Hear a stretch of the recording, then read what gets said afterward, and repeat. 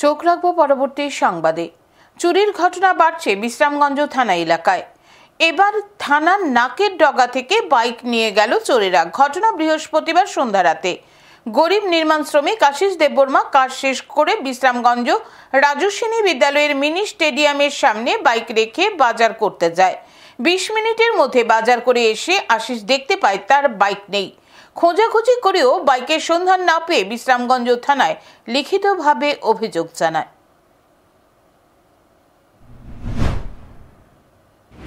11টা মিনিটে আমি এনে আসি, তারপরে আমার বাইক নাই। তারপর আমি লগে লগে হেঁটে খুঁজে তারপরে আমি লগে লগে আয়াসরা থানার গেছে এফআইআর করছে। এফআইআর করে আমি পুলিশ তারা আইসে আয়াসরা আমার কোন জায়গার বাইক হারাইছে জায়গা দেখছে, দেখে সারা তারপরে তারা কইছে হ্যাঁ খবর পাইলে জানামো, এরকম কইছে আর কি। দাবি উঠেছে দ্রুত চুরি যাওয়া বাইক উদ্ধারে পুলিশ যাতে পদক্ষেপ নেয়। দিন কিংবা রাত চোরের দল থাবা বসাচ্ছে সর্বত্র, তাতে অতিষ্ঠ জনজীবন। নিয়ে নিচ্ছে ছোট্ট একটি বিজ্ঞাপন বিরতি। দেখতে থাকুন নিউজ টুডে।